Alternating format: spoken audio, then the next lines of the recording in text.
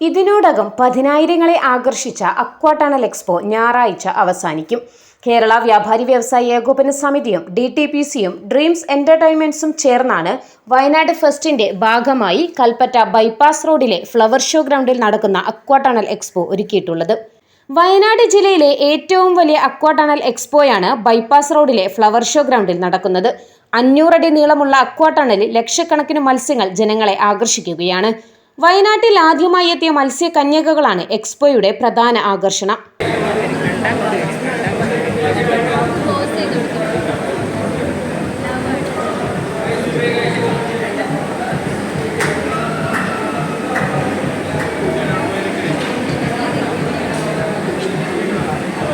പ്രദർശന വിപണന സ്റ്റാളുകൾ, ghost house, amusement park എന്നിവയും ഇതിനോടനുബന്ധിച്ചിട്ടുണ്ട്. ഇതിനോടകം 10,000-കണക്കിന് ആളുകളാണ് അക്വാ ടണൽ എക്സ്പോ സന്ദർശിച്ചത്. എല്ലാവർക്കും കേരള വ്യാപാരി വ്യവസായി ഏകോപന സമിതിയുടെ വയനാട് ഫെസ്റ്റിന്റെ ഭാഗമായ സമ്മാന കൂപ്പണും നൽകുന്നുണ്ട്.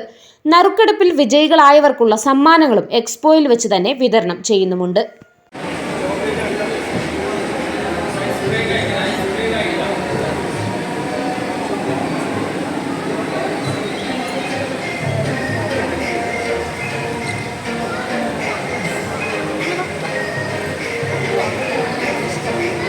നാലിനാണ് നമ്മുടെ അവസാന ഡേറ്റ് ആയിട്ട് തീരുമാനിച്ചിട്ടുള്ളത്. മെയ് 4 നമ്മൾ ഈ വയനാടിനോട് വിട പറയുകയാണ്.